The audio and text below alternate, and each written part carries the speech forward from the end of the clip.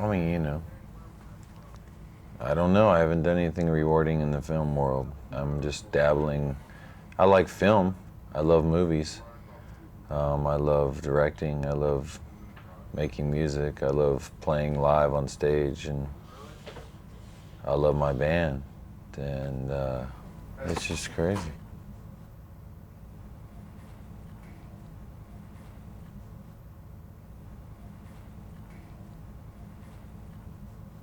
Well, yeah, I mean, like, our attention spans are very short, like everyone's. Like, we do probably 5 different things creatively in a day, every single day, right? I would say at least. Yeah. I do at least 5 different things. Work on a film for a little bit, work on Limp Bizkit, get some business done, change my house around, put together a little bit of a model. I mean, it's like I just can't, I can focus, but there's only so much you can do. You know what I mean? You have to do everything in moderation, it seems like. We're just creative people, and we like to do things, and each person in the band does so many different things. You know, it's unbelievable. It's rewarding in the fact that that's what we get to do with our days and our lives. Like, we get to do whatever we want to do. That's what's rewarding about it. No, I think it all just goes in with just making something that people are gonna be affected by. Something that's gonna touch them. And I can never bite the hand that feeds me. Limp Bizkit got our foot in the door, so it'll always be a priority. So it's like you have to love what you do, and I do love what I do. And Limp Bizkit is the reason for everything. I can't forget that. You know what I mean? You have to stay grounded like that. What's up, man?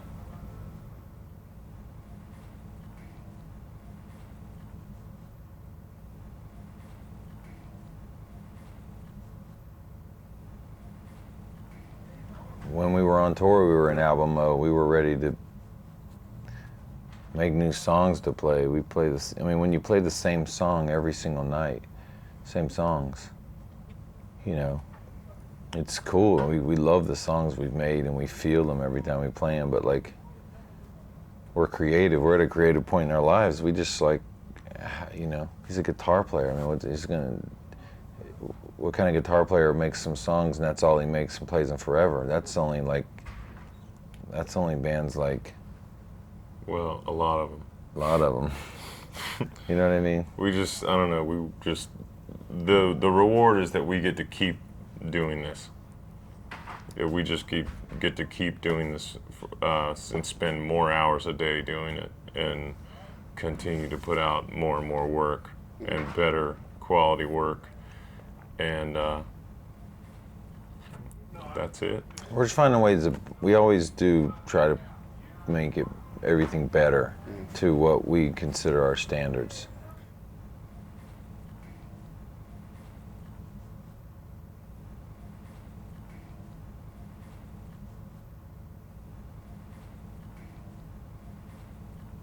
I always wanted to make movies, always.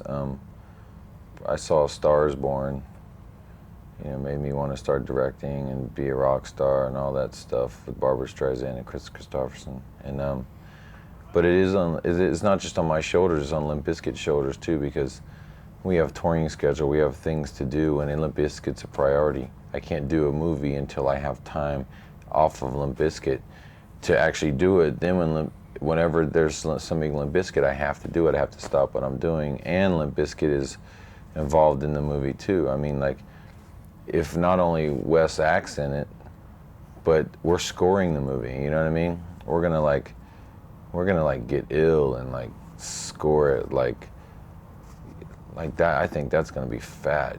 Like a lot of the delays Wes uses and a lot of the subtle things we do in our band and breakdowns, like those are great moments for movies, believe it or not.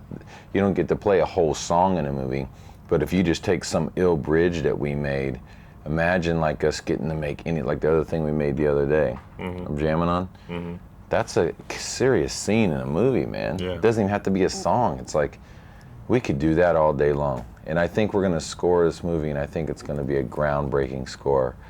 And on the shoulders of Limp Bizkit, I think it's going to change things for bands scoring movies, and I hope so.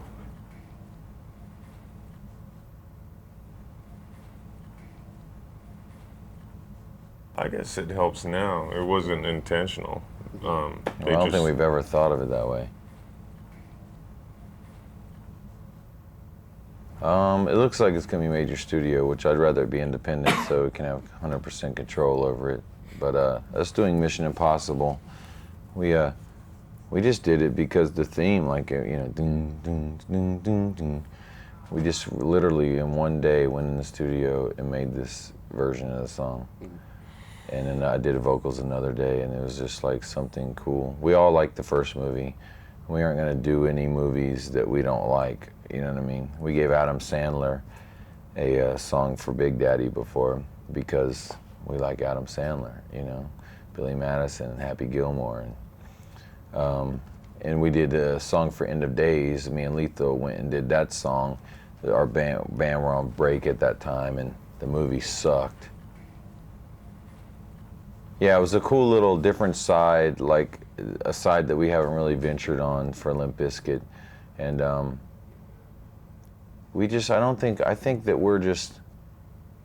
think everyone in this band is so talented that the movie industry and the music industry, they go hand in hand, because you wouldn't believe how much music plays a part in movies, then how much these days a visual plays a part with music, So it's like, it's irrelevant. I think it's all just destiny. I think it's just bound to happen. And I think that Limp Bizkit as an enterprise is definitely going to have its own film company, we're going to be our own entity of everything we want, from music to film to anything we do will be right within our own enterprise, just like DreamWorks.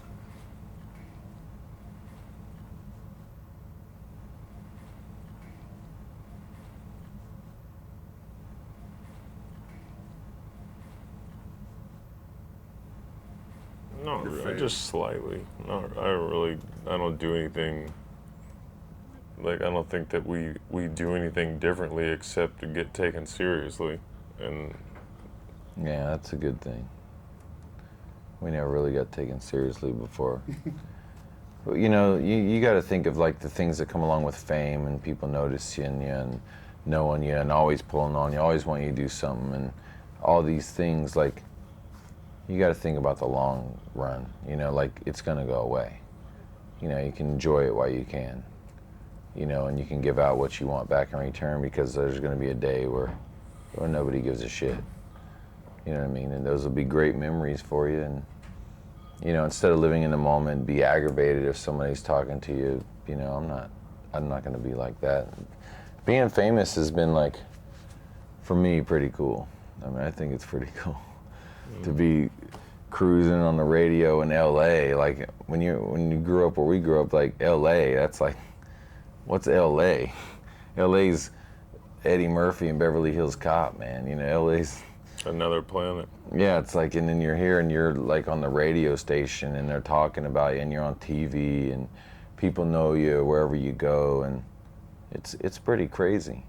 But it's only helped me realize who your real friends are even more. Yeah. You know what I mean? That's all it's done.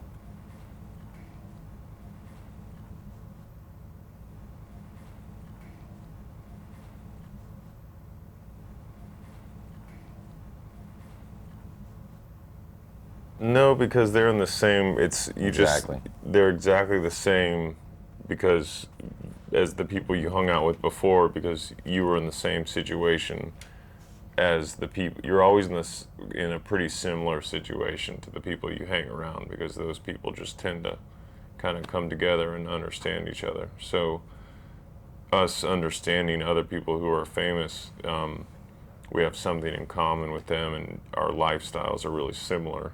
So Dude, you took your lip ring out. Yeah. Oh. A while ago. I didn't even notice that. That's good. It's been like a week. I'm looking going, what is that, man? I was like, no way. I didn't even notice that, man. Hey, but you know what? being famous people, like the people that actually have done something and they have something about them that got them to where they are, and that's why they're famous. Great acting ability, or great musical ability, or great directing ability, or great creative, whatever they've done.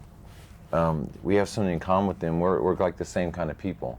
And a lot of those people who are famous, and then, oh, well, Fred went here, or they're there, now they're, well, those people are exactly the same thing. You know what I mean? They're just people that were very creative and done something to accomplish something and to prove themselves in whatever way it was, and they're famous now. You know what I mean?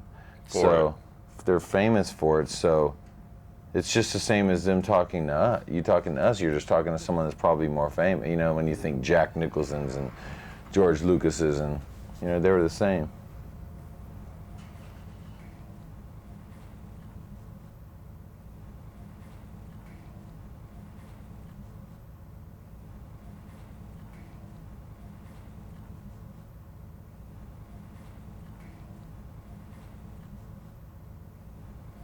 Well, you know, I would do nothing to hurt the guy's career, I mean, being an executive at the company, and I probably couldn't anyway. But I wouldn't. But at the same time, the guy doesn't know me, and he knows nothing about me, and I can only think that I feel sorry for him. It's straight out of jealousy or something, or out of... Yeah, it's he's really mad. weird because nobody's thinking about The Fragile now, which is a great record. They're thinking about the, you know, bullshit going on with him. He's not promoting his album. He's promoting everybody to hate Limp Bizkit, you know, and hate Fred. And it's, I don't know, if I were him, I would be trying to, you know, promote my album. And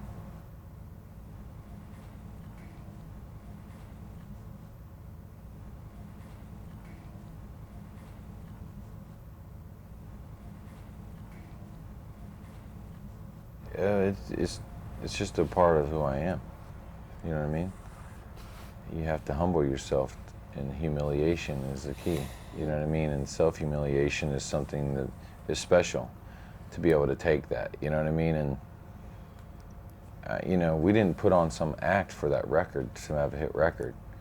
We're just really who we are. You know what I mean? And I'm just that person. And you know, things out in the world affect me. Things I do affect me. You know, and this record right here is the same thing. It's just like life till now. It's like wherever I left off, you know, till now. And the bullshit didn't go away. The shitty relationships definitely didn't go away. The shit talking definitely went up to a maximum. It's just a wild world. It's like, of course we're a target, you know what I mean? And then when you get famous or get more popular, you become a bigger target. So it's so easy for those little darts to hit you. You know, it's like when you're a smaller target, it's not that easy, you know what I mean? But, you know, I would say that, you know, any negative things about Limp Bizkit or towards Limp Bizkit is just something in the lines of mind your own fucking business. If you don't like it, you know, get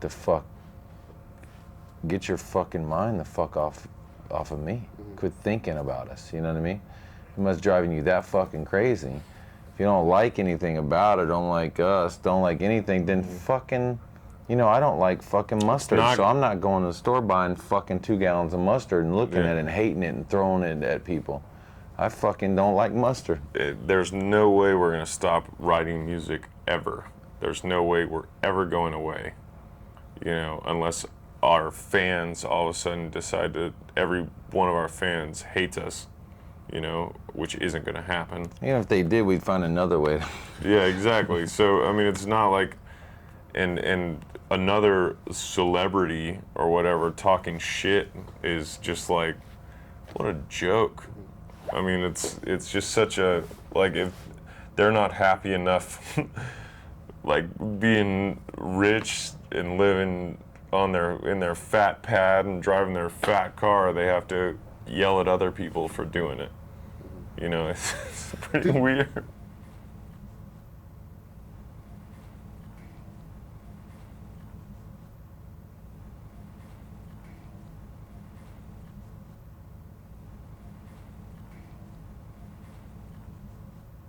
No, we're fucking. You can't go into it thinking you're the champions. You can't think your shit doesn't stink. Like, we still got a lot to prove. You know what I mean? We're worried. I'm worried right now. Yeah. What if fucking people don't like what we're doing? What if they hate this record? You know what I mean? Just because we like it and we think that we're in tune with our fans, what if they don't? We're fucked. You know what I mean? Like, it's like, you know, then they're not going to want us to come play live for them and play our songs. We're not going to be communicating and having a universal alignment between all of us. You know what I mean? Like, we're walking on a razor blade right now. That we're definitely not fucking champions. You know, this is not a formula you can figure out and then fucking just be the king of it till somebody comes and takes your title. This is like, you live every single day, and it's a fickle world, and attention spans are short, and things are changing, and technology's into play, and there's so many more bands, so many more shitty bands, so many more great bands, and we're just another band. We're just some fans that put together a band, and we're still fans, we're jamming, and we got a lot to lose. And we're not the fucking champions, obviously. I mean, who's the fucking champion? You know what I mean? I don't think you can say who's a champion by record sales. You know what I mean? I'd say that. I mean, look at Tickle Me Elmo. Something people are crazy for, or look at, you know, the Power Rangers. You can just see what the toy craze is as they are. Like, things go away, you know? No, I mean, I grew out of bands. Like, I used to like Megadeth. I hate them now. But I was all about it when I was 15, you know?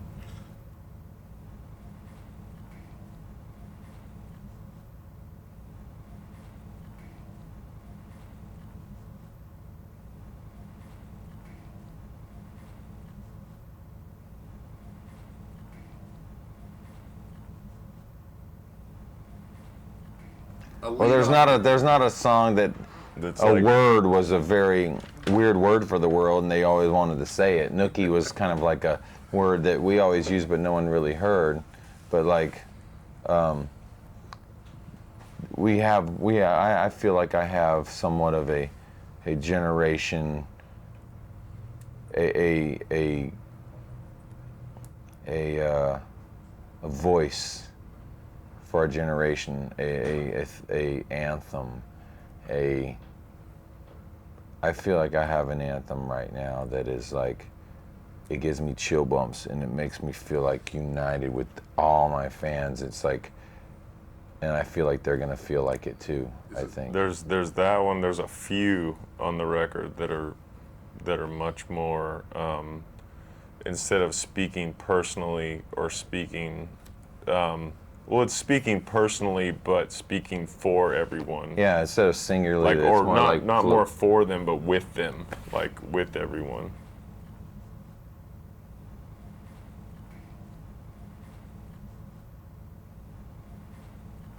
No, it's more factual and powerful. It's more of a what do you call it? Like, what would be a description? What's on a bumper sticker? What's it called? It's a slogan for our generation right now. Yeah. Well, it might be called Generation Strange or My Generation. Probably My Generation.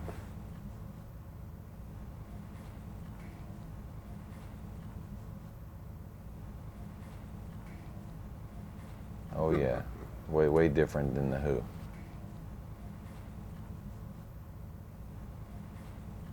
Well, we produced the record ourselves. Terry recorded it, you know, got it on tape for us, and that's how we did the last one too.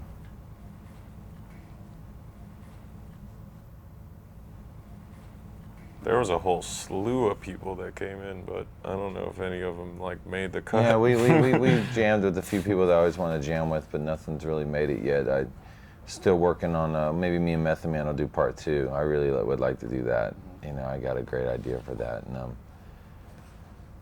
you know, I did something with Exhibit, which I don't know if it's going to be on the album or not. Singing wise, I mean, I'd like to get Bono from U2.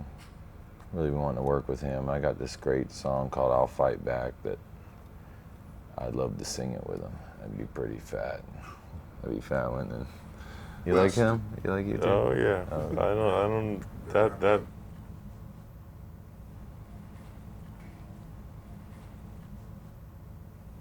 No, it was easy. Next question.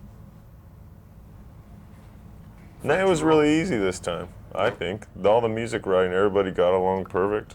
I thought it was hard as fuck. Really? I guess I I'm just felt good like I was that. like it was like we just took a long time. Yeah. And we it was just seemed like All we the had a lot of nitrous parts got and in putting the them together.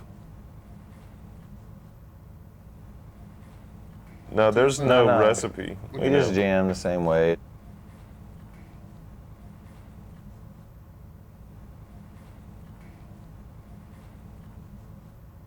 They were just better. We had more money in our pockets to spend on paying string players and, and spend more time doing it and cared more about it, got better, older, everything is just like a normal progression.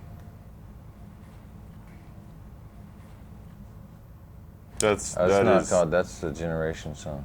Come on My Shoes was just a good working title.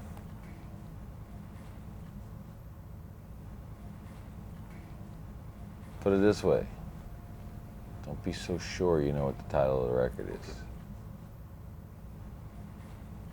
No, it's Chocolate Starfish and Hot Dog Flavored Water.